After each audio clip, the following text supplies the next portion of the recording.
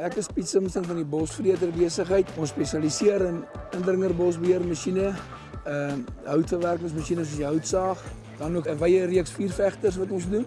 Ons het 30 jaar gelede begin met die Bosvreter. Met ander woorde, die besigheid is nou 30 jaar in bedryf. Gaan baie goed. Ons het die masjiene al verder ontwikkel en die tegnologie opgestoot. Ons doen nou die houtsaag wat ons die afgesnyde bome verwerk na braaihout.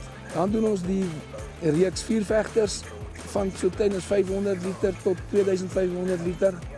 Ons gebruik hoë druk sentrifugaalpompe wat 'n behoorlike vuurvegter is. Intussen het ons 'n industriële boskewer ontwerp. Dit is eintlik maar 'n industriële saag wat bossies en gras afsny.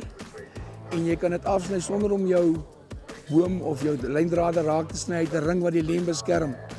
Of die masjien beskerm dat jy nie die bome raak sny nie, soos vrugtebome en druiweboorde en so aan. Dan het ons ook 'n vuurvegter ontwikkel wat gebruik kan word in huishoudings waar jy grasdakke het en as die grasdakke in die brand sou staan, jy onmiddellik met 'n behoorlike vuurvegter die brand kan bestry. Uit jou swembad uit of uit jy koppel hom aan jou huiskraan, hy trek sommer die water uit jou huiskraan uit. As 'n mens 'n brand kry by jou huis, sal jou krag gewoonlik trip en dan het jy nie krag nie, maar jy het altyd water. So jy koppel hom in jou huiskraan en jy blus die vuur dan dadelik.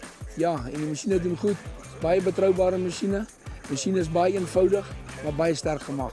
Ons doen die hele land, ons is oor die hele land in bedryf.